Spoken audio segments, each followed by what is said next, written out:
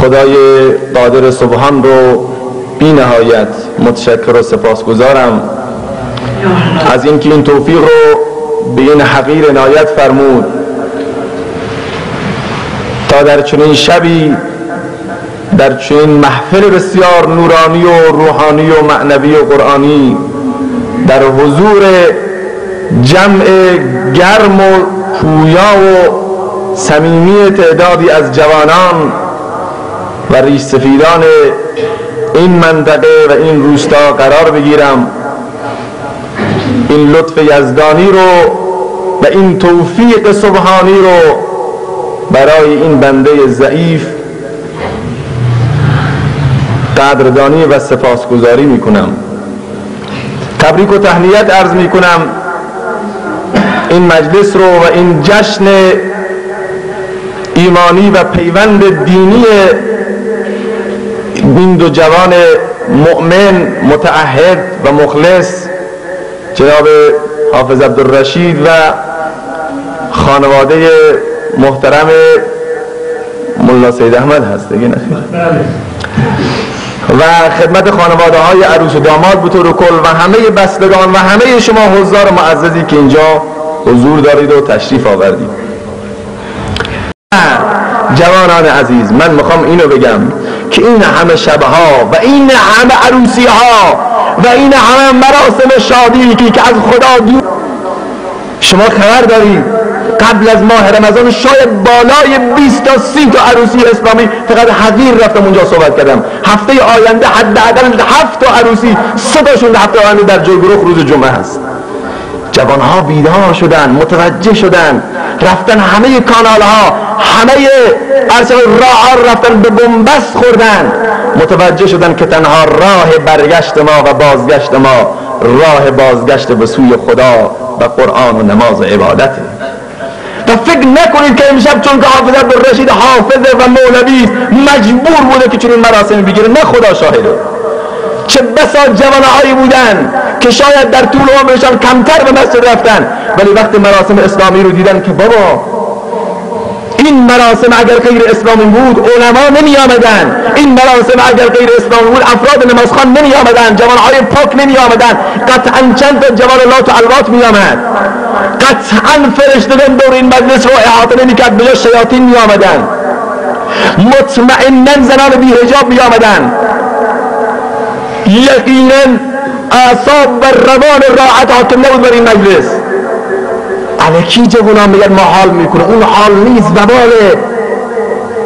افسردن جوانها از بس که صدای این لامصبی، این گرگ مثل همین گرگا دولی میکشه، اعصاب این صاحب گوسفندا رو خرد میکنه، از اعصاب صاحبان ایمان رو اینها خرد میکنه در واقع.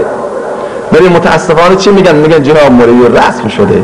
میگن که عزاداری که نیست بابا، شما میت که از خانه در نمیکنید. ای بی انصافا، اگر حضرت فاطمه و حضرت علی زمانی که عروسی کردن اگر اونها 2 تا میت و جنازه بودن که از خانه رسول الله روانه خانه بخشده، پس بچه من تو هم بذار میت و جنازه باشه. اگر اصحاب رسول الله اونها جنازه بودن و اونها رو مرده و میت شما میخوانید، بذار بچه های ما هم میت باشن. کاش چون این میتی خداوند نصیب ما میکرد. چرا مسائل وارونه داریم عمل میکنیم؟ آیا شادی و شادمانی فقط با رقص و پایکوبی است؟ نه به خدا قسم. جوانان عزیز، من بحثم چیز دیگری است. اینها رو به طور مقدمه عرض میکنم به خاطر اینکه انشاءالله ریشه سال و سر را باید در جامعه اسلامی باید خشک بشه. تو این منطقه‌ای که زحمت کشیدن، این علما زحمت کشیدن، خون دل خوردن، خدا نکند که یه عروسی غیر اسلامی بیاد و فاتحه همه مراسم اسلامی رو بخونه. اینها جماعت تبلیغ اینجا کار کردن، علما اینجا کار کردن، زحمت کشیدن، جوانهای غیور زحمت کشیدن. پس بگذارید این منطقه آباد بشه، بگذارید مراسم ما مراسم اسلامی بشه، عروسی های ما عروسی های اسلامی بشه، همه مراسم ما در واقع. صلوات قرآن بفرمایید.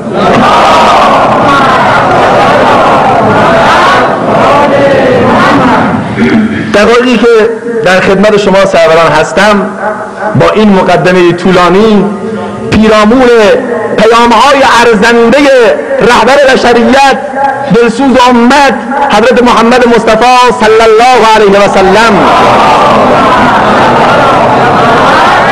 برای جوان قرن 21. من این صحبت رو از بس که گویا حالت معنوی و روحانی داشت صحبت کردم قبلا، ولی که دوست دارم این پیام رو گویا واقعا قبول کنید که من یه صحبتی دیگه آماده کرده بودم تو جیبم هست یادداشت داشت، ولی که هر جا که بیا قدم میذارم در طول این راه مسیر مشهد تا اینجا با خودم استخاره کردم آیا این صحبتی که آماده شده در مورد نقش ایمان در زندگی اینو مطرح بکنم، ولی گویا یک داعیه این رو من میگفت که نه، پیام پیامبر رو برو به اینها هم برسان، به این جوان قرن 21 که در روستای یکی دودم داره صحبت میکنه و نشسته است.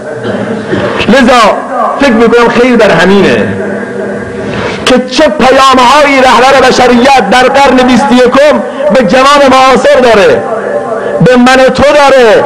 شاید فکر کنی که نه، رابطه ما با رسول الله قطع شده. خیر، اصلا اینطور نیست، اصلا اینطور نیست. هر مسلمانی که فکر کنه ارتباطش با پیامبر قطع شده مطمئن باشه که ارتباطش با خدا هم قطع شده. دوستان از راه میان یک مقداری ماشاءالله جمعیت پروپیمانه است، یک مقدار تکون بکنن دوستانی که از راه میان جا بشن. جزاکم. این صفحه یه مقداری ماشاءالله هوا هم گرمه، البته خیلی هجومه که باز اینجا ما رو اگه روشن کنیم که خیلی بهتره. اگه دوستان سرما نخورم من که البته خیلی چون که شما رو دیدم انفاس گرم شما در من حلول کرده داره، عرق تون داره میباره. به هر حال صلوات الهی بفرمایید و سکوت را رعایت کنید.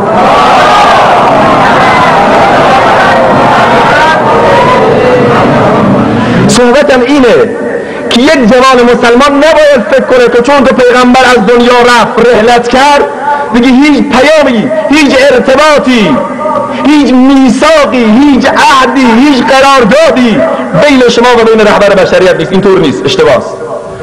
شما حتما اشعار علامه اقبال لاهوری رو و باز ترجمه اشعار رو که استاد نووی رحمت الله علیه در کتاب‌های مختلف کردن خوندی که چه ارتباط وثیق و پیوند عمیقی بین علامه اقبال لاهوری و رسول خداست. هنگامی که در سفرهای روحانی به کرات و مرات به شهر مدینه منوره میرن و قطعا اون سلامی که شما حجاج زمانی که میرن روبروی گنبد خضراء رسول الله میگن الصلاة و السلام علیک یا رسول الله، دال بر این است که این ارتباط هنوز باقی است. پس ارتباط یک طرفه نیست. شما درود میفرستید، درود شما میرسه، این ارتباط یک طرفه نیست. پس حتما پیامبر هم به شما ارتباط داره. پیامبر برای شما قطعا پیام داره، تحفه داره، عطیه داره، کادو داره. کادوها و عطیه های ارزشمند پیامبر خدا را بشنوید. به صورت مختصر 5 پیامبر خدا برای جوان قرن 21 داره. اینا رو خوب گوش بدن جوانان، حواستون این طرف باشه. پنکه به هر حال روشن میشه. پنکه ایمان رو روشن کنید داخل قلبتون که همه رو سرد کنه. کاری نداریم. نخستین پیام رهبر بشریت برای جوان قرن 21 اینه که باید هدف و انگیزه آفرینش خودش رو بفهمه که یک جوان بدونه که از کجا آمدنم بهر چه بود، به کجا میروم آخر ندمایی وطنم، مرغ باغ ملکوتم نیم از عالم خاک، چند روزی قفسی ساختن از بدنم. از کجا آمدی؟ چرا آمدی اصلا؟ آیا مادر تو رو به دنیا آورد ناخواسته، چند روزی بزرگ شدی، جوان شدی، 2 مرتبه سنین پیری به سراغت آمد، 2 مرتبه پیر شدی و رفتی از این دنیا مردی خلاص؟ نه. اگر اینطور باشه پس هیچ فرقی بین انسان و حیوان نیست. حیوانم قطعا میخوره، میآشامه، زاد و ولد میکنه، احتیاج به تناسل داره، احتیاج به حیات داره، احتیاج به این اکسیژنی که من تو داریم دارد. پس بنابراین چیزی که ممتاز میکنه بشریت را خود خدای عزوجل میره انگیزه آفرینش انسانه که و ما خلقت الجن والانس الا لیعبدون، من انس جن را فقط برای عبادت خلق کردم. و ما امروا الا لیعبدوا الله، امر نشدن بندگان بشریت مگر برای که خدا را عبادت کنند. حدیث قدسی یا عبادی ما خلقتكم لاستكثر بكم من قله ولا لاستأنس بكم من وحشه ولا لاستعين بكم على امر قد عجزت عنه. بندگانم من شما را خلق نکردم چون که کم بودم زیاد بشم، نه، من شما رو خلق نکردم به خاطر اینکه میترسیدم شما رو بیافرینم که انس بگیرم، هرگز. من شما رو خلق نکردم چون که عاجز بودم بعضی از کارها رو انجام بدم شما کمکم بکنید. خیر، انما خلقتكم، شما رو برای چی خلق کردم؟ لتعبدونی طویلا و تذکرونی کثیرا و تسبحونی بکرة و اصیلا. من شما رو خلق کردم تا شبها و روزها به یاد من باشید، صبح دم برخیز ای دل ذکر حق بسیار کن. برو در باغ و بستانها به چشم سر نگاهی کن، درختان مدح او گویند که آن معبود بر حق است. اگر سرو و اگر ناجو، اگر بید و اگر آلو، به ذکر او در افغانند که آن معبود بر حق است. چرا ای مردک عاقل تو بی ذکر خدا باشی؟ به ترس از پرسش فردا که آن معبود بر حق است. ما برای عبادت آمدیم، زندگی آمد برای بندگی، زندگی بی بندگی شرمندگی. گر به صورت آدمی انسان بودی، احمد و بوجهل هم یکسان بودی. آنچه میبینی خلاف آدمن، نیستن آدم غلاف آدمن. اونهایی که ارادت خدا در وجود اونها نباشه اونها غلافن، پوشش انسانن، خود انسانیت در اونها نیست. سروران عزیز، عبادت یعنی چی؟ فقط 2 رکعت نماز؟ خیر. فقط روزه گرفتن؟ خیر. عبادت به معنای واقعی استسلام، انقیاد، فرمانبرداری از تمام فرامین خدا، یعنی از چراغ قرمزهایی که الله ذوالجلال در سر 4 راههای عمر شما روشن کرده بیگدار عبور نکنید، ترمز بکنید، اونجا سمت چپ و راست رو نگاه بکنید، چراغ که سبز شد حرکت کنید. رعایت حدود خدا، رعایت قوانین الهی، رعایت سنن رسول خدا، اینو میگن عبادت. حالا من از هر موردی یه مثال خدمت شما سروران میزنم، چون که امروز شما جوانی، من و شما هم جوانه، همه ما جوانیم. این پیرمردایی که ریشون سفیده اینا هم جوانن. جوانی به سالروز تولد یا گواهی تولد نیست که فکر کنید من کسی که سال 1319 بود دنیا آمده اون پیرمرده. نه، اون پیرمردی که ریش سفیده اگر عشق خدا و رسول در قلبش باشه از جوان 20 ساله هم جوان‌تره، و اگر خدای نکرده جوانی عمرشون 20 سال باشه ولی دل پژمرده داشته باشه، به قول اقبال نوجوانان تشنه لب خالی ایام، اونها دیگه از پیرمرد سر 20 ساله هم پیرمردترن. همه شما جوانید چون که در جمع جوانان حضور پیدا کردید و دل جوان دارید. وقتی دلتون نیاد شاید فلانی حتما جوانها را سوال میکنه، نه، همه شما جوانید، کار نداره. چون که امروز جوان دنبال و طالب عزته، دنبال شهرته، دنبال مکنته، دنبال اظهار نظر کردن در مجالسه، دنبال اصلا مطرح شدن تو جامعه است. حالا هر کسی به طریق، یک کسی میخواد با جست لباسی که میپوشه، با جستی که میگیره برای خود تو جامعه مطرح بکنه که من اینطور لباس میجم، کت شلوار بسیار زیبا و قشنگ. یکی به اصطلاح میره با مویش آلمانی و به اصطلاح کپ میزنه و آلمانی میزنه و موها را ایتالیایی میزنه. یک زمان ما دیده بودیم گوسفندا رو برای نسبت جوانان میومدن با این دو کارها نمیتونست یک قسمتی رو به اصطلاح دور تا دور این گوسفند رو میکچیندن، باز هم وسط روی کوهان روی کمر گوسفند رو رها میکردن. شما که دوستایی میدونید. بعد میگفتن چیکار هست؟ میگن نمیدونم این فلان هست، نمیدونم کمرش فلان نشه و پس فلان نشه. این مد برای گوسفندا مد بود. حالا ماشاءالله میبینید جوونا تا اینجا میتونن بالا روی پته که نگاه می‌دارن میگن مد شده تو جامعه. میگن این کپ آلمانی. بنده خدا اون جوان غربی تیغ ندیده که ریش تا آخر بتراشه، اینجا تیغش تمام شده، اینجا این مقدار مونده. جوانای ما اینجا یک پته گذاشتن، میگه من پروفسورم، نمیدونم الف گرد یا دراز. این مده. هر چیز که تو جامعه مد شد تمام. آن ننگ بشر بین که زند دم ز تجدد، اوریان بنموده است چو حیوان بدن خود، پیچیده سر از حکم خدا کرده تمرد، بنموده به تقلید غلط پیروی از مد. این است تمدن که کنون رایج باب است، مد شده. یا با اون کفش‌های آنچنانی که میپوشن، به خصوص خواهران این کفش‌های پاشنه بلند رو دیدید الان؟ اصلا به خدا قسم یه روز ما رفت تو مشهد، یک از طلبا همراهم بود، می‌خواستیم یه جفت کفش بگیریم. باور بکنید از ساختمون مشهد شهرک شهر جایی بگیر برو تا خیابون دانشگاه، همه هر چه مغازه بود که جلوی چشم اومد گشتیم، به والله قسم یک جفت کفش نتونستیم برای خودمون انتخاب بکنیم. چطور بود؟ بعضیا انقدر مثل همین ماشینای ژیان پوزشون باریک بود که به خدا مگر با چکش از پشت به پاشنه پا میزد کفش بره پا بره داخل. خب بی انصافا این چطوره؟ میگه بابا مده. خب ای پیر این مده بابا یکی بده پا بشه که. میگه آقا حاجی آقا شما خبر این مده دیگه برای چه کاره؟ یا بعضی اونقدر پاشنهشون بلند بود دیگه مجبور با بسم الله بسم الله راه بری. که الان افتاد یک ساعت پیش. من همه جا میگم میرفتم بیمارستان آریای مشهد، یادت بیماری ساعت 2 بعد از ظهر قبل از این ماه رمضان رفتم از پله ها که داشتم میرفتم بالا، یهو دیدم که یک چیزی مثل هواپیمایی که سقوط بکنه از این بالا، به قول شما جوانا شیرجه رفت تا پایین. یهو نگاه کردم دیدم چیه؟ بار دیدم که یک دختر خانم بنده خدا از همون بالا رو پله که زیاد داره قل خود رفت تا پایین، چفشاش یک طرف، روی سرش یک طرف، لباسش یک طرف، از همون جا صدا کرد حاجی آقا تو رو به خدا بکوبتم. گفتم برو گم شو، آبرو حیثیت ما ببر یالا. خب چه مجبوری تو؟ چه مجبوری این کفش رو پوشی آخه؟ به خاطر ما نکنید، دخترای شما این کارها رو نکنه که تو شهری خدای نکرده تو جوب جدول بیفته، حیثیت ما میره. حجاب اسلامی روزی 4 ناخن این روسریا داره میره عقب. دختر فلانی اگر 2 تا ناخن پیداست، 2 تا مو پیدا، دختر من 4 تا. این بلا آمده تو روستاهای ما، ماشاءالله الان مانتوها چاک داره از چاک پیراهن مولوی‌ها بزرگتر. حالا از ما که حداقل 2 تا داره، خدا شاهده 4 تا چاک. آخر چه خبره؟ تمام فرازنشی ولش پیداست.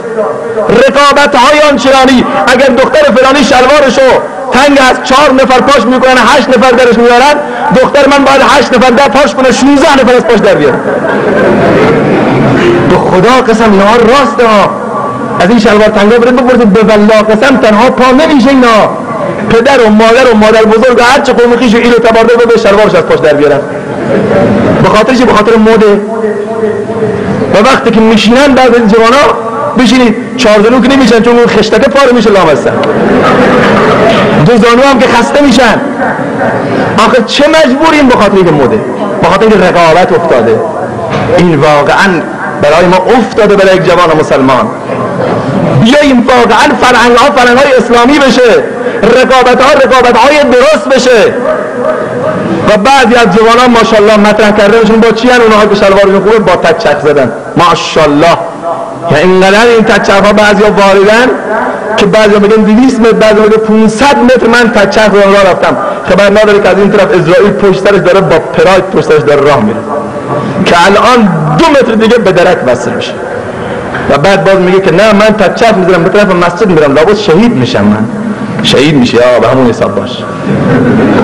تچک بزن که من شهید میشم چون به سمت مسجد. تو اگر مسجد میری دیگه تچک زدن یعنی چه؟ یا بعضی حالا کلاس‌های موبایل خوب شد، الحمدلله که این کلاس موبایل آمد پایین. یک زمانی هر کس که موبایل داشت اینجا سر جیبش آویزون میکرد، خب یک موبایل هم اینجا هست، بعد اینجا بندش هم آویزون میکرد، هر کس ببینه موبایل داره. اونهایی که موبایل نداشتن چیکار می‌کردن؟ قاب عینکشون میگرفتن، بند شلوارشون میزدن که ما عجب عینک خوبی داریم، عجب موبایل خوبی داریم.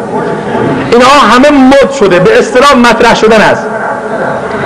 یک آهنگ‌های آنچنانی، یک صلوات نبی فرمایید.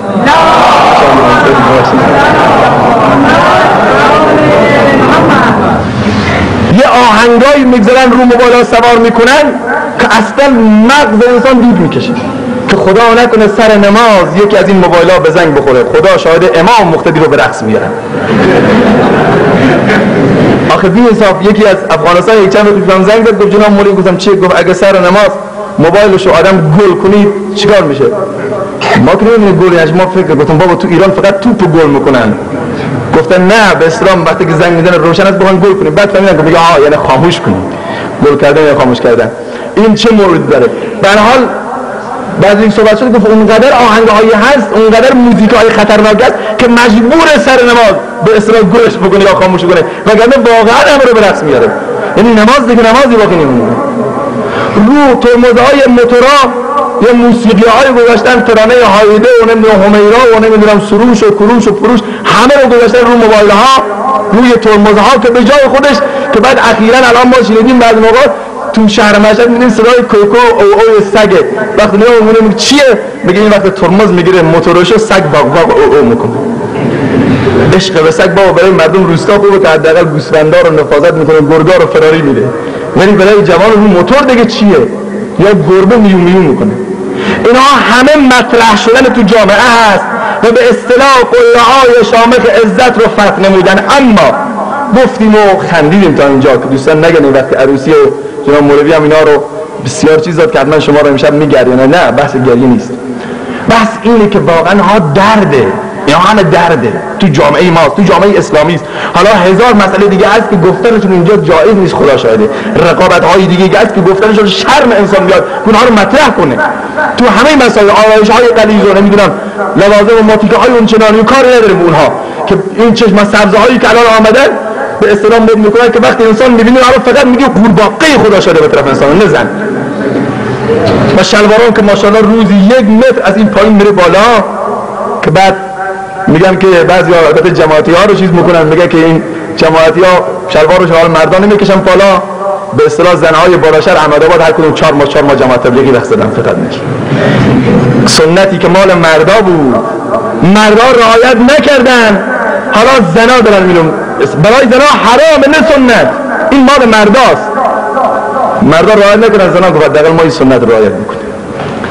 کاری نداریم، اینها همه وارون عمل کردن بر احکام دینه. واقعا جای گریه هست و جای تأسف خوردن. بنابراین جوان، پیام اول رسول خدا به توی جوان مسلمان اینه که اگر طالب عزتی، اگر طالب شوکتی، اگر طالب قدرتی و فتوتی و جوان مردی و اگر میخوای تو دنیا مطرح بشی و در عاقبت قله‌های شامخ عزت و سرافرازی رو فتح بکنی، بیا و از پلکان عبادت برو بالا و لاغی به این پیشانی رو در آستانه خدا بسای. غلامی رو میارن، برده‌ای رو میارن در مدینه منوره به فروش میگذارن، به حراج میگذارن. این غلام و برده است، مثل این لیوان خرید و فروش میشد. غلام جیغ میکشید، داد میزد، هر کس منو میخره من یه شرط دارم. شرط چیه؟ خوراک خوب نه، پوشاک خوب خیر، زندگی مرفه هرگز. تو چی میخوای؟ هر کس منو میخره باید تعهد بکنه که 5 وقت منو بگذاره پشت سر رهبر بشریت رسول خدا حضرت محمد مصطفی نماز بکنم. یکی از صحابه وقتی این شرط شنید خوشحال شد، گفت بفرما عزیزم، تو مایه برکتی تو خانم، تو مایه عزتی تو خانم، تو زندگیم، بیا. اینو خرید 5 وقت نماز پشت سر رسول خدا. پیامبر همیشه مقتدیاش یاد میکرد 4-5 نماز آمدند و نماز دادن. این صحابی و این برده و غلام رو در جمع ندیدن. پیامبر آشفته و نگران شد، از صحابه سوال کردن این صحابی کجاست؟ گفتن یا رسول الله ایشون بیمارند. رسول خدا بلافاصله اشک در چشمان نازنینش حلقه زد که شما یکی از غلامان و یکی از بندگان خدا مریضد و شما به من خبر ندادید. وین منزلش کجاست؟ خانه‌اش کجاست که من به دیدارش بگم یا رسول الله شما به دیدار اون برده و غلام بی ارزش و کمبها. گفتن خانه‌شو نشان بدید به من. گفتن خانه‌اش فلان خیابان و کوچه هست. رسول خدا آمد پشت در زد، از داخل جواب داد کیه؟ پیامبر نشنید. 2 مرتبه در زد رسول خدا محکم‌تر کیه؟ در مخیلش هم نمی گنجید که رهبر بشریت خورشید نبوت بیاد تو خانه‌اش و به سراغش و دیدنش. آیا ممکنه رسول الله بیاد؟ بار 3 در زد کیه؟ از پشت در با نگرانی و مریضم بود که ناگهان از پشت در صدا آمد انا محمد رسول الله، من رهبر بشریت محمد مصطفی خورشید نبوتم که آمدم به سراغ تو. برق صفاتی رو گرفت، از جا بلند آمد در رو باز کرد. یا رسول الله خوابم یا بیدار، مستم یا هوشیار، شما رو میبینم اینجا، آیا درست من میبینم احمد مختار؟ پیامبر خدا آغوش رو باز کرد، گفت بله صحابه من، تو هر چی که میبینی عین حقیقت داره میبینی. آغوش رو باز کرد رسول خدا، پیشانی اون نوجوان رو بوسه داد، گفت یا رسول الله مثل مادر که در دامار فرزند یا فرزند در دامار مادر گریه میکرد، این غلام شروع کرد به گریه کردن.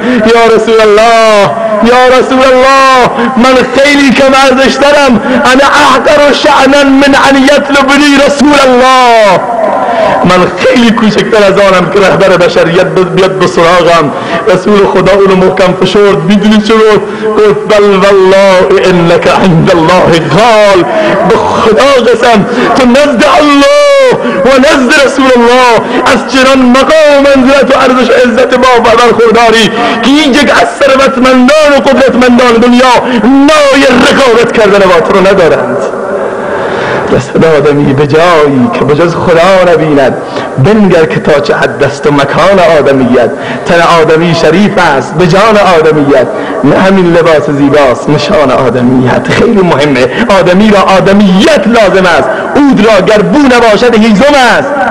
عود اگر بو نداشته باشه هیزمه. جوانی که عبادت نداشته باشه، مؤمنی که عبادت نداشته باشه حیوانه. به تعبیر قرآن اولئک کالانعام بل هم اضل. آدمیت، احترام آدمی، با خبر شو از مقام آدمی. اقبال لاهوری میفرماید که ای جوان تو به خود بیا، تو به خود بیا، از پلکان عبادت برو بالا. آمد اون نوجوان، اون غلام، گفت یا رسول الله اجازه میدید من 2 رکعت نماز شکرانه بخونم؟ گفت بفرما. رفت 2 رکعت نماز اقامه بست، سر رو به سجده گذاشت. گفت پروردگارا سجده عشق یک سجده دارد و اون سر رو گذاشتن و هرگز بر نداشتن. خدایا چشمامو میبندم، بار دوم که چشمامو باز میکنم در جنت الفردوس کنار رسول الله. پیامبر خدا تشریف آوردن، 5 دقیقه 10 دقیقه سرشو بر نداشت. سر رو که رسول خدا بلند کرد، اشک چشمان رسول خدا مانند ابر بهاری میبارید و تبسم بر لبانش نقش بست. صحابه عرض کرد یا رسول الله گریه و خنده؟ گفت گریم به خاطر فراق این جوان مرده، ولی خندم به خاطر استقبال پرشور فرشتگان خدا از یه برده و غلام. حالا تو به کجا میخوای برسی جوان مسلمان؟ به سلطنت سلیمان هم که داشته باشی، میگه کو حشمت سلیمان، کو سهولت سکندر، کو بام و قصر قیصر، کو حکم کامرانی، کو خاتم رسولان، سر دفتر قبولان، کو ثبت و نسخ قرآن، کو وحی آسمانی، مادر کجا، پدر کو، دختر چی شد، پسر کو، چندین هزار سر کو، آخر تو چنان قافله رفتن و ما هم میرویم. بالاخره هرچی باشی یه روزی این لای کفن هست و گور. مهم اینه که انسان در دنیا با عزت و با شوکت عبادت زندگی بکنه و در قیامت دستش دستان رسول الله باشه. خدایا به برکت این جمع و به برکت این علمایی که تشریف آوردن و این مجلس روحانی، روز قیامت دستان ما رو از دامن رسول الله جدا نفرما. جوان مسلمان، در زمان امام ابو حنیفه رحمت الله علیه پیشوای من و شما یه پدر و مادری بود، شب و روز دعاشون بودن پروردگارا به ما یه فرزندی بده، فرزند صالح که ما او رو خادم مسجد بکنیم و در راه دین. 70 سال 60 سال تواریخ می نویسن که خدا بینا فرزند نداد. آخر آمدن پیش امام گفتن یا امام ابو حنیفه تو پیش خدا دعا بکن بلکه خدا دعای تو رو قبول بکنه. نظر ما اینه، نیاز ما اینه که خدا به ما فرزند بده در راه تو برای رضای خدا. گفتن به نظر عمل میکنیم؟ گفتن بله. حضرت امام دست به دعا شد. خدا بعد از 70 سال یا 60 سال که دوران یا آیسگی است، دوران عقیمیت و نازایی است که همین عمر دیگه معمولا بسته میشن، حالا گرچه که الان 25 سالگی میرن میبندن، ولی در اون سن برای خودش خدای عزوجل بینا یک فرزند داد اون پسر. به نظرشون عمل کردن، مثل ما نبود که الان تو مشکلات گیر بکنیم، نظر بکنیم، تو نیاز بکنیم خدایا ای الله همین مشکل ما رو رفت کن، ای خدا همین مریض ما. برید تو بعضی بیمارستان این مریضی ها رو ببینید اصلا طول عمرشون نماز نخوندن، ولی وقتی بریم اونجا میگه هر چه خدا بخواد، هر چه خدا بخواد. همینجوری مولوی خدا هر چه فیصله بکنه. تا دیروز اصلا خدا رو نمیشناخته، تا دیروز یک سجده نکرده. تو این زندانات برید بایزید بستامی خیلی میبینید، اون جوانی که تا دیروز نماز نخونده تو زندان ماشاءالله یک تسبیح 2000 دانگی به دستش گرفته. ما مولوی ها هم تازه تبلیغ و سخنرانی میکنه. از در زندان که آمد بیرون مشکل که رفت شد برمیگرده سر نقطه اول. میگه چرا وقتی که راه زندگی انبار میگردد، بشر تغییر حالت میدهد، خونخوار میگردد، به وقت عیش و عشرت مینوازد ساز بیدینی، به وقت تنگ دستی مؤمن و دیندار میگردد. سالا که خوش بیاد، هی خدا همین سال مست بیاد. میگه روز یک جوان اینجوری دعا میکرد، خدا همین سال مست بیاد، نامرد باشم اگر سر خر من حق تو رو ندم. میگه خدا سال خیلی خوبی داد به هر حال. آمد و برای این مال لامصب خیلی شیرینه. آمد میخواست تو گونی بکنه، حوزه علمی هم آورده بود اونجا. گفت خدایا امسال 10 که خیلی کمه، سال آینده بده 5 کشو به تو بدم، نصفش میکنه. سال آینده به هر حال سال خوب اومد. گفت خدایا 5 کمه، اون ارزش نداره زیاد. سال آینده 3 میگن، 2/3 میگن، همین چیزی. به هر حال سال بعدی خوب اومد. گفت خدایا ها سال آینده نصف شریک، هر چی کاشه نصفش مال تو نصفش مال من.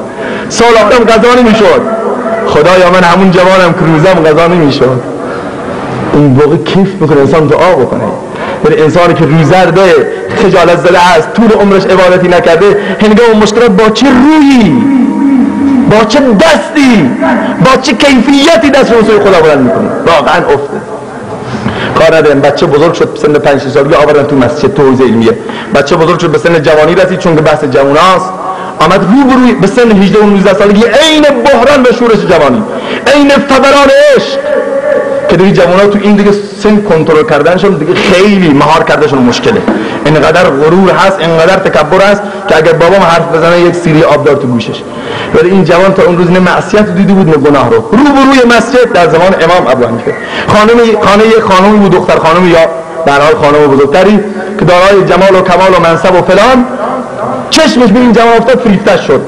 غلامشو فرستاد گفت برو این جوانو بگو بیاد من یک سوال شرعی دارم. جوان آمد دم در حیاط ایستاد، گفت بگو داخل حیاط که من محجب هستم و نمیتونم در حیاط بیام. آمد داخل حیاط، گفت بگو داخل خانه. رفت داخل خانه، همین که وارد خانه شد یک هیولا دید این زن پس فطرت از خدا بی خبر، لخت مادرزاد با کمال زینت و آرایش. همین که چشم این جوان، خدا نکنه چشم به گناه عادت کنه جوان، وگرنه برای اولین بار کسی که میخواد از چراغ قرمز، حتی کسی که گواهینامه داره یا نداره مخالفت بشه، خیلی میترسه که پلیس جریمش کنه. خدا نکنه چند بار بیگدار از چراغ قرمز رد بشه، دیگه براش طبیعی میشه. چند بار جلوی پلیس کمربند نرسه، دیگه براش طبیعی میشه. گناه هم همینطوره، اگر یه بار دو بار سه بار رفتی و نترسی دیگه طبیعی میشه، دیگه پرهیز از گناه مشکله. برای اولین بار خودتو کنترل کن. همین که چشمش به این زن افتاد، لخت مادرزاد با کمال زینت و آرایش رو دعوت میکنه، از ته قلب جیری که گفت الله، بیهوش شد بر روی زمین. زن دست پاچه شد، آب قند بیارید، آب شکر بیارید، بریزید تو صورتش، آمپول بیارید، سوم بیارید بسش کنید. سرشو برداشت گذاشت روی رانش. این زنه آب میپاشون تو صورتش. یه ساعت دو ساعتی که بوش آمد چشماشو باز کردی، سبحان الله، سرش روی ران همون زن نامحرم گذاشته است. تو مرتبه از سوز گفت الله و جانشو به جان آفرین تسلیم کرد و از دنیا رفت و مرد. زن دست پاچه شد، جنازه‌شو بندازید داخل کوچه. جنازه‌شو انداختن. خبر بود پدر و مادری رسید که بعد از 70 سال خدا به اونها این فرزند داده بود. فرزندتون تو مسجد، نه جنازش تو کوچه است. چرا؟ فرزند ما چه کار کرده؟ چه کسی کشتش؟ میدونیم هیچ آثار قتلی نیست، هیچ آثار ضرب و جرحی نیست، فقط جنازه‌شو از تو کوچه و خیابان پیدا کردیم. به سر و سینه نزدن، گریبانم چاک نکردن، گفتن این امانت چند روزی دست ماست، در حقیقت مالک اصلی خداست. انا لله و انا الیه راجعون. برید دفنش بکنید. بردن، پدر و مادر دفنش کردن. خبر به امام ابو حنیفه رسید، رهبر ما حرکت کرد، به برای عرض تسلیت آمد پیش پدر، گفت پدر جان بریم تا سر قبرستان عرض سلام بکنیم برای اموات. رفتن. همین که چشم پدر شما هم پدری، میدونید که چی دارم میگم. اگر سردرد بگیره پسرتون خواب ندارید، چه برسه این که از دنیا بره. همین که چشمش به قبر تازه و خاک تازه فرزندش افتاد، از سوز دل جیغی کشید، گفت السلام علیک یا بنی. سلام بابا، سلام پسرم. به خدا قسم که از داخل قبر جواب داد و علیکم السلام و رحمت الله و برکاته. بابا حال چطوره؟ در چه وضعیتی به سر میبری؟ امام ابو حنیفه اینجاست. گفت بابا قصه نخور، خدای عز و جل در قرآن عظیم الشأن میفرماید هر کس از مقام و منزلت پروردگارش بترسه، حیا و عفتش رو کنترل بکنه، من بهش 2 تا جنت میدم. ولی امروز من 4 تا جنت داده است. 2 تا واسه خودم، 2 تا واسه پدر و مادرم. جوان عزت اینجاست. این پیام رسول خداست برای جوان قرن 21 که بفهمی برای چه آمدی. برای گناه نیامدی، برای اینکه خلاف خدا بکنی، بر زمین خدا بخورید و بر خلاف رضای خدا حرکت بکنی. نه، خدا قادره جوان مسلمان اون ژست تو و اون چهره خوشگل تو یک لحظه تبدیل بکنه به مجسمه بی تحرک و بی قالب که حتی زن و بچه‌ت هم نتونه تو رو تحمل بکنه. جوونا امروز زنا میگه بیا دوستت دارم عزیزم، قربونت بشم، فدات بشم. به خدا قسم همین روح که نرفت، همون شب این زنه که یک شب تو رو تحمل نمیکنه، میگه ببرید من میترسم از اون. ای بی انصاف، تا دیشب که قربون و صدقش میرفتی، تا دیروز اون دوست دارم تو دنیا مثل تو کسی نیست، ولی یک شب تو رو تحمل نمیکنه. یک شب ببرید میگه توی خانه دیگه من میترسم تا صبح از اون. این حیولاست، بچه نمیدونه تو رو تحمل بکنه. هیچ کس نمیتونه تحمل کنه و خدا نکند که خدا هم نتونه برای شما رو تحمل کنه. خدا نکنه که قبرم تا و تحمل من و شما رو نداشته باشه. خدا نکنه که زمینم من و شما رو قبول نکنه. کاری کنیم که حداقل زمین من و شما رو قبول بکنه، خدا قبولمون کنه، رسول الله قبولمون کنه. پس بیایم با پلکان عبادت بریم بالا، از شبکه عبادت بریم بالا.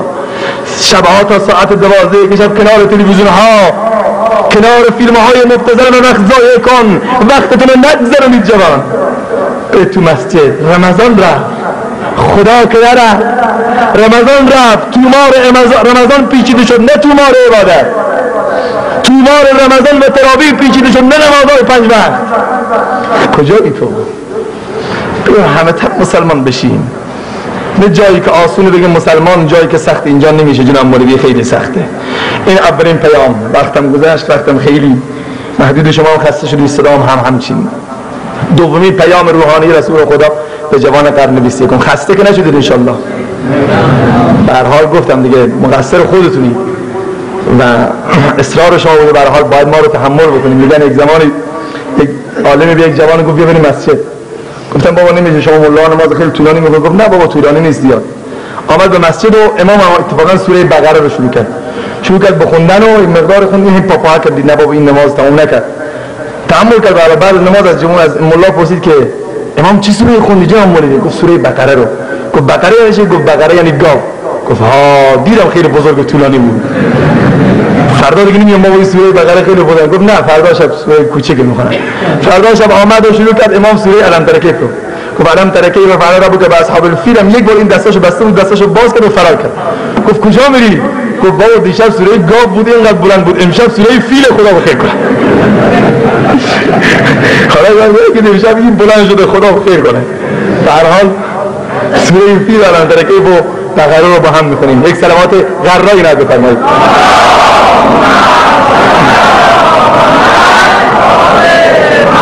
دومین پیام رهبر بشریت برای شما جوان، اینها رو خوب گوش بدید. همه من و شما گفتم به خدا قسم تا آخرین لحظه موضوع صحبتم فرق میکرد، ولی گفتم حیفه که این پیام به اینجا نرسه. دومین پیام رسول خدا شناخت خطراتی است که جهان اسلام رو داره تهدید میکنه. این خیلی مهمه. جوان فکر نکن تو فقط تو روستای کراته چیخیا یا به اصطلاح یک توت نشستی و خیالت نیست با این گاو و گوسفند داری ور میری. نه، تو برای این آفریده نشدی. تو فکر نکنی که از دست تو خارجه تو فقط همین و چند تا گوسفند و گوزنی که بابا جلوت کرده یا همون چند تا هکتار زمینی که داره درو میکنه. نه، تو برای این روستای کراته اصلا نیستی. هیچ کدوم از ما نیستیم. بر خود نظر گشا، تو این دامنی مرنج، در سینه تو ماه تمام این آدم. تو خیلی بزرگی، تو برتر زیر و زن بودی. تو آن بودی که در عهد پیامبر میخروشیدی. ز بیخ و برن برآور ریشه های کفر بیران کن. چرا قدرت نمیدانی؟ تو قدرت بس بلند آمد. تو مسجود ملائک بوده ای چون شیر مردان کن. زیاران پیامبر گیر آیین مسلمانی. وجودت را سراسر پر ز نور علم و قرآن کن. مسلمان ای مسلمان خیز و خود را چون بهاران کن. ز نور علم و قرآنت جهان را نور باران کن. شناخت خطراتی که جهان اسلام رو داره تهدید میکنه. فکر میکنه روز قیامت رسول خدا این پیام ها به شما رسیده امشب از من و شما سوال نمیکنه؟ خدا قسم سوال خواهد کرد. سوال خواهد کرد که این خطراتی که امروز جامعه اسلام رو داره تهدید میکنه چرا؟ آیا فکری کردی حداقل براش؟ یه لحظه فکر کردی که چه خطراتی است؟ امروز خطرات گذشته رفت، خطرات جدید، تجددگرایی از دیدگاه اسلامی که اسلام مفتی تقی عثمانی است. تجددگرایی تو لباس و ژست پوشیدن ما هست، ولی تو دین تجددگرایی نیست. چرا؟ چون که فکر نمی‌کنیم برای این مسائل.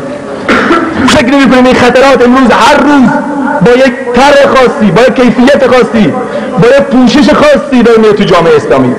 اگر فرعون زان بچه‌ها رو قتل عام می‌کرد، زنان رو زندگی می‌گذاشت، امروز داره همین کار جهان رو قطع می‌کنه، ولی با راهی دیگر. اعلان کردن آقای زویمر، یکی از بزرگترین کشیش‌های مسیحیت، در گردهمایی کوه زیتی بیت المقدس اعلان میکنه اگر شما میخواید جوان مسلمان رو میخواید نابود کنید، راهش خراب کردن مساجد نیست، راهش بستن حوزه‌های علمیه نیست، راهش از شهادت کرد به شهادت رساندن علما نیست، راهش به رگبار بستن و یا بمب‌های B-52 و یا اصلا سفینه‌های فضاپیما و موشک‌های قاره پیما نیست. راهش چیه؟ راهش اینه که ایمان و غیرت و شرف رو در وجود جوان مسلمان خرد کن از طرق مختلف. یکی سرا، اول سزه زن، دوم زر، سوم زور. زن رو به اونها فیلم‌های مبتذل سوپری که امروز 250-300 تومن سیدیش تو بازار هست، فکر میکنی سیدی خام به این قیمت هست؟ نیست. خدا گواهه که سیدی خوب الان 250 تومن گیر نمیاد. چرا سیدی مبتذل 250 تومن ها؟ فکر میکنی به خاطر تو حال بکنی؟ نه، اونها مفت رایگان نوامیسشون رو جلو دوربین‌ها گذاشتن تا ایمان و غیرت رو در وجود تو بمیرن و خوش کنن، نهال ایمان را در نطفه خفه کنن. و این 250 تومن رو پاکستانی و افغانی ها و این مرزی ها میگیرن که میارن اینجا، وگرنه اونجا مفت رایگان داره تقسیم میشه. اگر شامپو میخری، یک عکس زن رقاصه. اگر صابون میخری، یه حیولا، یه زن. نمیدونم اگر یک دستگاه ویدیو سی دی و نمیدونم دی وی دی و چی وی دی میگیری، همش عکس. تو نلبکی ها میخواد بری خونه بعضی ملاها حتی چایی بخوری، نگاه اون یه دختری که اصلا فکر میکنی این دیگه چه مرگی، یک حیولا بیزار آدم چای خوردن. حالا جوانا میگن جناب مولوی حال کن، ولش کن بابا، ای بی انصاف. همین که تو این سر این چایی ریختی و خوردی این حاله، این دیگه چه حالی داره؟ خبر اینها نقشه است، اینها خطراتی که جهان اسلام رو تهدید میکنه. این مدهایی که عرض کردم داره میاد، این مانتوهای هفت چاک، اینها مال جهان غربه.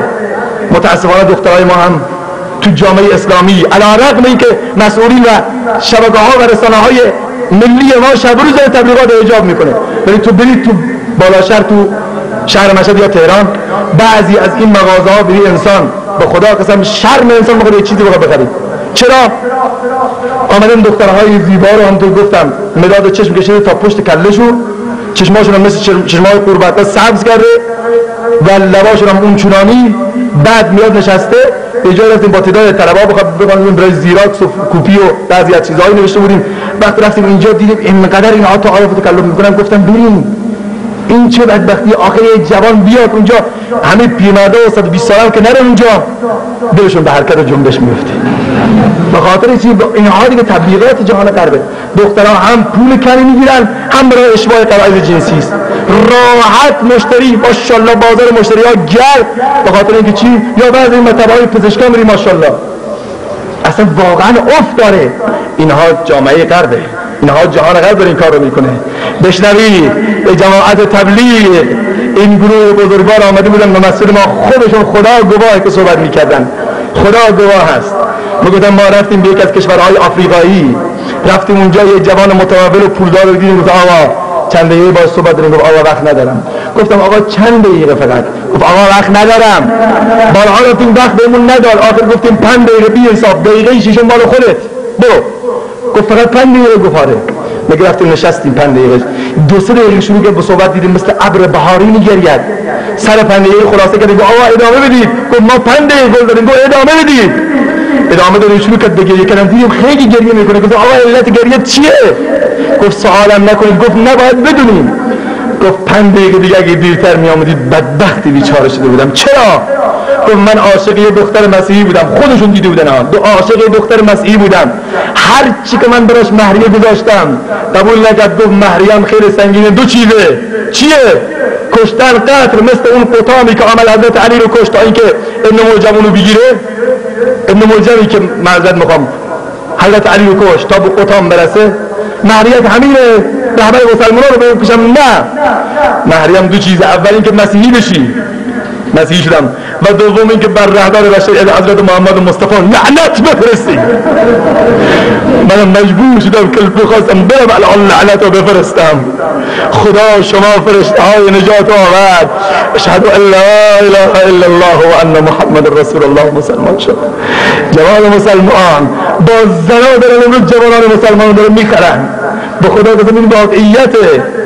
ما خوابیم اهانت هایی که امروز میشن. اگر امروز اینجا مطرح بکنم واقعا غیرت و وجدان ما نمیگذاره. شما فکر میکنید اخبار هر روز میگن کاریکاتورهایی که به رهبر بشریت در دانمارک میکشن، فکر میکنید اینها چیه و هدف و انگیزشون چیه؟ شنیدید دیگه نه؟ از اخبار بحث دانمارک همه جا شد، همه جا جوانان میگن دانمارک به پیغمبر اهانت کرد. من رفتم دیدم، من تو سایت های اسلامی رفتم دنبالش کردم. به خدا قسم اگر توی جوان مسلمان و یا جوان من مقداری غیرت می داشتیم امروز نباید راحت می نشستیم، امروز نباید راحت می نشستیم. اون کاریکاتورهای موهینی که به پیغمبر ما، به رهبر بشریت، کسی که یک زمان یک کوچکتری اهانتی میشد معاذها و معوذها بچه های 12 ساله بلند میشدن خونشون رو میریختن تا زمان که اون ابوجهل فرعون امت رو از بین ببرن. اون گذشت، ماه رمضان آمد، باز دانمارک دو ماه اهانت کرد. برم تو اینترنت با افراد چت بکنم ببینم چیه. عکس ها رو برام فرستادن. میدونید چی دیدم؟ دیدم به خدا قسم زیر یک عکس گشته این محمد است، رسول خدا را در حالت لخت قرار دادن و در حالت ادرار و لیوان شراب به دست رسول الله. اینجا دیگه تکبیر نداره، اینجا دیگه واقعا گریستن و دیوانه شدن داره. به رهبر بشریت در حالت ادرار و لیوان شراب، یعنی محمد شما بی‌حرمته. خدا بسد ننگ برای مسلمان. دست پیامبر کاریکاتور دیگر یک تفنگ و بمبی داده، زیرش نوشته ارهابی، یعنی محمد تروریست که داره پایتخت دانمارک رو ترور میکنه. صدایی از کسی در نیامد. کجاییم ما؟ به اسمهای مختلف، به هزار عکس بعضی کاریکاتور بعضی از دختران مسلمان نقاب زده رو کشیده بود، نوشته بود دختران رفوزه در کلاس ها و در مقاطع مختلف، یعنی هر دختر مسلمان که روبند داشته باشه اون مردوده. این کاریکاتوره.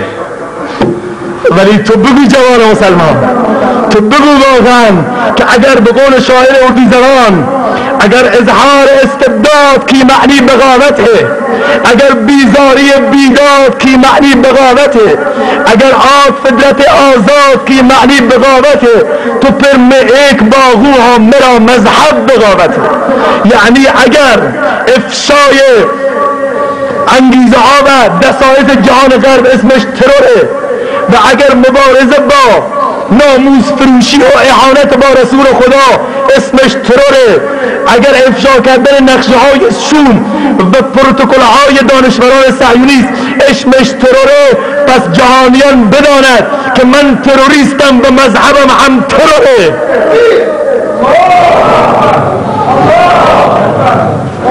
ما به این تروریست بودن افتخار میکنیم.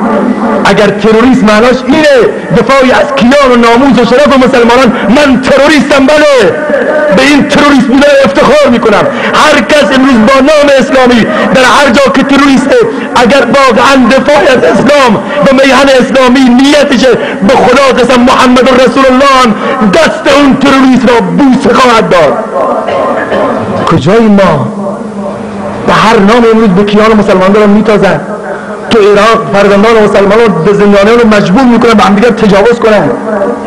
صدایی از کسی در نمیاد. بعد ما نشستیم اینجا گوسفند غیر کلی خودمون رو جمع میکنیم. تو برای کلاته آمدی، بله؟ و به خدا قسم ناراحتی عمل از این نیست. اگر اون دانمارکی اهانت میکنه توف به دهانش، هر غلطی که میخواد بکنه، اون آمریکایی هر غلطی میخواد بکنه، اون اسرائیلی. ولی امروز اهانتی که در کشورهای اسلامی به پیامبر میشه توسط جوان نمازخوان، به خدا قسم مهلک‌تره. اون شمشیری که امروز جوان نمازگزار ما برداشته یا جوان مؤمن ما تو مساجد برداشته به قلب نازنین رسول الله میزنه، به خدا قسم مسموم‌تره. تو فکر می‌کنی سیل بیدینی و بینمازی چیه؟ اون پف سیگاری که اون ساز ابلیس که لای انگشت جوان مسلمان تو روزه رمضان بود و پف میزد، به خدا قسم هر پف اون یک خنجر زهراگین به قلب رسول الله است. و پدر ریش گذاشته و میگه من مسلمانم. این اهانت بدتره. اون دختری که موهاش پیداست تا نصف سر روسریشه، اون موهای او همه اونا شمشیرهایی هستن که قلب نازنین رسول الله رو میازارن. فکر میکنید مسلمانی فقط به نمازه؟ اسلام یعنی تسلیم شدن، یعنی همه اوامر خدا رو اجرا کردن. شناخت خطراتی که جهان اسلام رو داره تهدید میکنه. این خطرات خیلی مهمه، اینها رو بشناسید. اول زن، دوم زر با پول. شما شنیدید از اخبار خانم بوش آمد به افغانستان، چند میلیون دلار دانشگاه کابل، دانشگاه دختران کابل. فکر میکنید سر پدر بوش اونجا زیره که بیاد به دانشگاه کابل پول بده؟ سواله. یا میخواد بوش اونجا بیاد در آینده برای خودش چی بزنه، چی بسازه؟ میفهمه که اینجا دخترای دارای استعداد افغانی است، اینها رو گلچین میکنن، دخترای زیبا و جمیل رو، بعد اینها رو میبرن به کجا و کجا مسیحی میکنن، یهودی میکنن بر علیه مسلمانان. صدایی از کسی در نمیاد، کسی فکرشان نمیکنه. یا در عراق یکی چند روز قبل اول در اواخر ماه رمضان دوستان تعدادی بودن، همه‌شون حاضرن اینجا، که زنگ زد یکی از کرکوک عراق، یه جوان مسلمان، ضمن اینکه اراده کرد و اظهار اراده و سیدیات اینجا هست کار نداریم. بعد دوستون بعد زنگ زد، گفت آقا، گفتم چه خبره عراق؟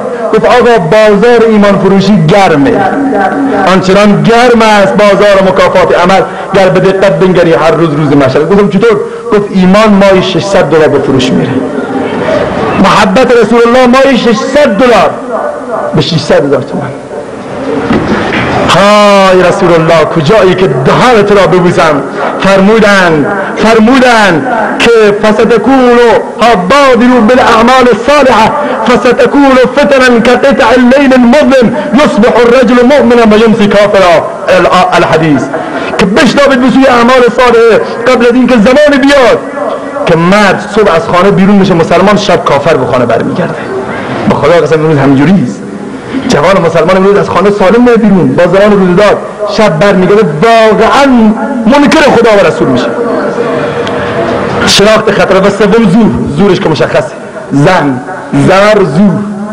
زورش که میبینیم امروز به زور داره چه کارهایی داره میکنه و کشور اسلامی ما رو هم داره تهدید میکنه.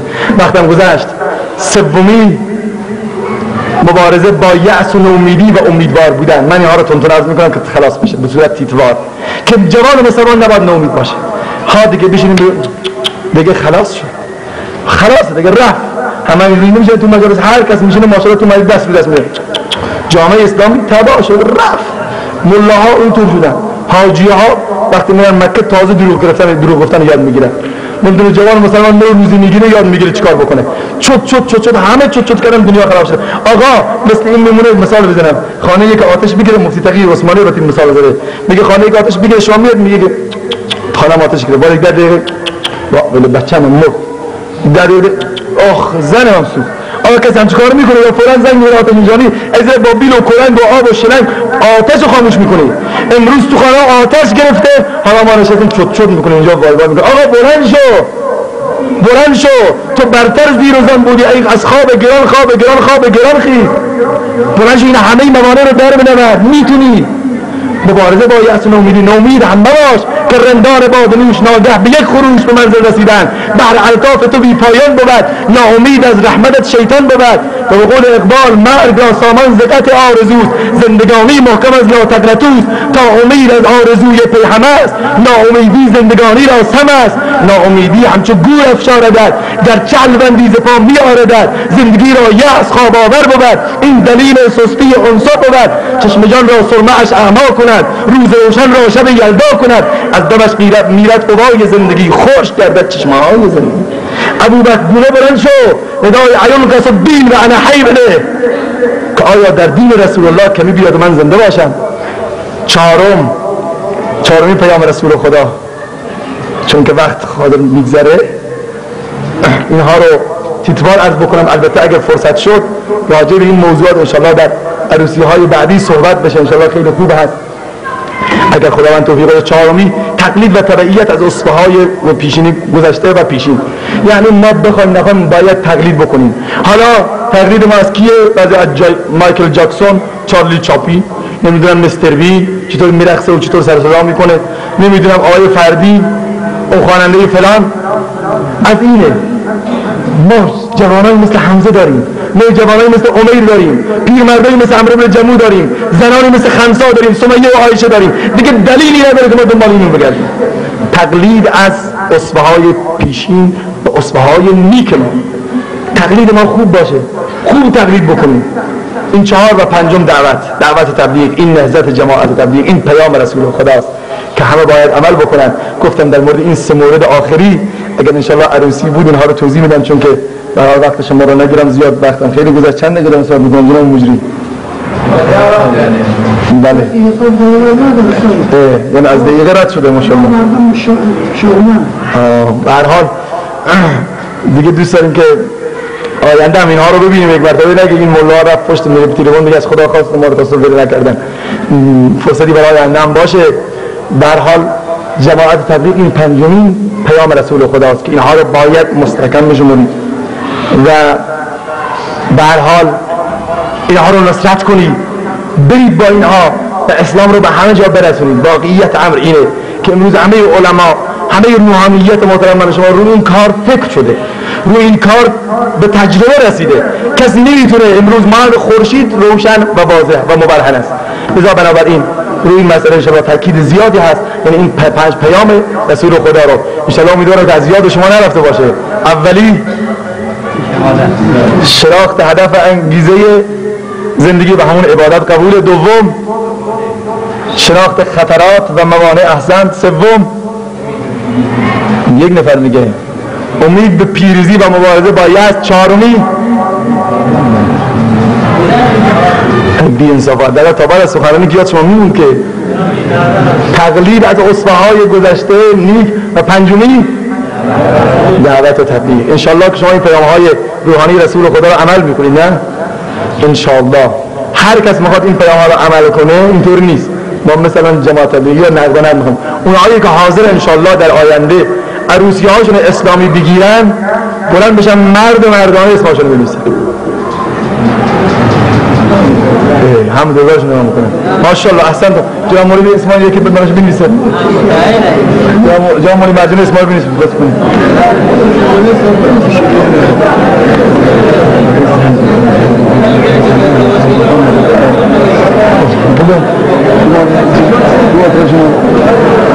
درش اسم اینا بنویسه که کی هست؟ سرسوه نکنه. بالا شما میخوان داماد بشین انشالله. ماشاءالله. دوستان یک خاطره هم بگم تا زمان بقیه دوستان بلند میشن.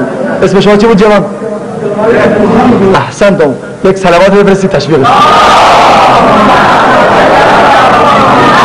ما رفتیم منطقه ترکمنشین راز جرگران، رفتیم یک عروسی، دو تا عروسی هم عملوات تبادکار تا قبل از ما رمضان سخنرانی شده. به هر حال همینطور مثل شما جلسه خوب بود. بعد از جلسه اعلان کردیم اونهایی که میخوان عروسی اسلامی بگیرن بلند بشن. یهو دیدیم پیرمرد جوان همه بلند شدن از جا. گفت پیرمرد شما چی؟ گفت زن دوم سوم. گفتم بابا امشب به اشتها آمدید از شام زبل ما. خدا دعایا این آقای پیرمردان ما اونجا بود، همه هم دم بلند شدن. حالا بی انصاف شما که منطقه اسلامی یه نفر بلند شده، اونهایی که خودشون میخوان داماد بشن یا برادرزاده یا عموزاده پسر نواسه داره، مرد میدان بلند بشن سریع. چند نفره؟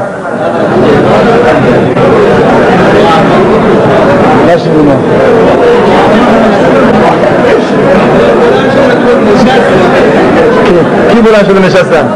ماشاءالله. دو تا عروسی. احسنتم. ماشاءالله. شما پشیمون نشید انشالله بعدا. انشالله جزاکم الله خیر. جزاکم. اونهایی که میخوان ریشه ساز و سرنا رو از اینجا بکنن همونو کلا بلند بشن. یک قیام رو بفرمایید.